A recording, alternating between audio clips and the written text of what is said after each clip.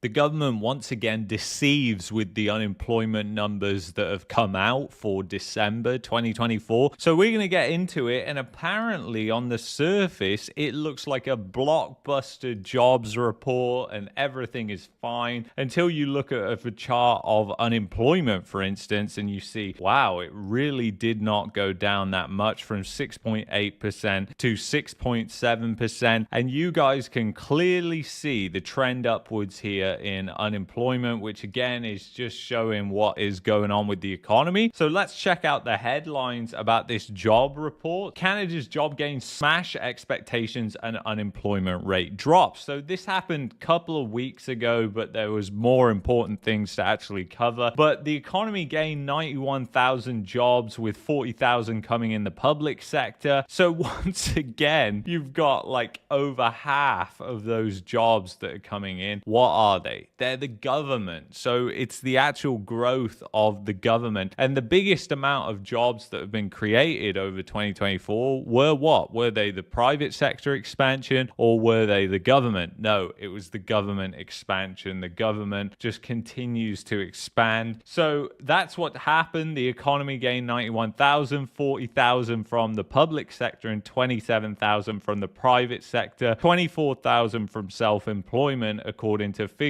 released Friday. This is a couple of weeks ago. Of the new positions, 56,000 were categorized as full-time. So that is a good news thing. But the problem is here that when you actually get into it, and they've got a great chart which will actually show this, and I'll point something out because I've said many times, when you get to December and you also get to January, when it comes to the unemployment numbers, you know, they are really manipulating those numbers. It's no lie, because obviously there's a huge seasonal drop off and there's a huge amount of adjusting that they do for the seasonality between the difference between January and December. So those months' numbers are really the numbers that are the least accurate. And actually, when you get into this, you can actually see it on this chart here. So if you look at the start of 2021 here, you can see that there was a huge drop in December and then a massive gain in January. If you go to 2021, at the end of 2021 and the start of 2022, again, you had quite a big drop. If you go to 2022, same thing again. In fact, if you look at most of these, apart from last year, funnily enough, you had massive swings in the numbers between December and January. So it's going to be very interesting to see how January's numbers look now on the back of this, because obviously we've seen it in previous years where you have a blockbuster December followed by an absolutely awful January. So we'll continue to monitor that. But as I said, these numbers are incredibly misleading, especially for the month of December and January, which is really what I want to point out here. And then what I want to show you over here is this. So basically, public sector employment rose by 40,000.9%. But it really gets to this. So in the 12 months to December, public sector employment rose by 3.7%. Now, because the private sector is larger at this point anyway, at least, you have to look at the percentage gain to really gauge how much each is growing, because obviously the numbers are going to be different because of the size of those sectors. So you can see it's up 3.7%. But if you go to private sector employment, guess what? It was little changed in December, up 0.02%. And on a year-over-year basis, it was up 1.4%. So just think about that. Over 3 times more growth in the public sector than the private sector. And you wonder why there's just increasing red tape, increasing bureaucracy. And you know, the funny thing is, when you think about the services that you probably receive from the government, they've actually deteriorated. So you've got more and more government employees, yet the services that you're receiving are deteriorating. So it shows how efficient the operation is. And it shows also how bad the economy is, because they're trying to grow via the government instead of organic growth. So if you get into this, it says the employment rate, the proportion of the population aged 15 or older who are employed, increased by 0.2% to 60.8% in December after holding steady in November. The increase in December was the first time since January 2023. On a year-over-year basis, the employment rate was down 0.9 percentage points in December. And that again shows you the amount of people in the population who are employed. Year over year, it's actually down. So unemployment rate ticks down to 6.7%. We've seen that. Sad thing is the youth unemployment rate continues to rise, now at 14.4% in December, up 0.5% from 13.9% in November, which is crazy. Youth unemployment is really, really high right now. When you look at consumer confidence, it continues to be in the gutter here. So when you look at consumer confidence for the past 6 months, you've seen 1 month which has been positive. So again, that is showing you what is going on, because if you look at what happened during the pandemic, as you would expect, consumer confidence was really, really bad. And then if you pull this out, unfortunately, it doesn't go as far as 2008, but it does go as far as 2015, 2016, when obviously there was a massive oil price correction that happened and nearly a global recession back then. And you can see what happened to consumer confidence was it went down. And you can see the exact deterioration that you're seeing here is in fact the same as 2015, 2016. So again, you're just connecting the dots here and realizing that, hey, what they're telling you about those employment numbers, it really doesn't give you the whole picture. And it's incredibly manipulated, like I said, for the months that we have coming up, including January, which will be next month. And then also you've got Canadian bond yields, but global trend as tariffs curb outlook. Really what it is essentially bond yields in Canada are much lower than the UK and the US, for instance. That's what Bloomberg is comparing here. You can see UK and US 10-year are nearing to 5%. Meanwhile, the Canadian 10-year is around 3.5%. So what does that all mean? It basically just means that the growth in inflation that is expected in Canada is going to be much lower than in the UK and the US. And you might say, well, that's great if inflation is going to be lower, but you've got to ask, why is inflation going to be lower? Because there's still a lot of tailwinds for inflation. It's just that you've got more headwinds coming in. And the reality is you have to go back and look at consumer confidence. You have to go back, look at what's really going on with the economy, which is a per capita GDP depression that we're entering into right now. And we've been in a recession since 2022. It's just that you've had GDP propped up on all the funny population growth that we've seen and the massive manipulation that has gone on with the population over the past couple of years that has just kept GDP above water. The reality is Canada has been in a recession for a long time, and that is exactly what the bond markets are pricing in, which is a weaker economy. It's not just the tariff threats, because they haven't even happened yet. So it's hard to price in something that hasn't even happened. It's really the fact that the Canadian economy is much weaker than the US economy, and the UK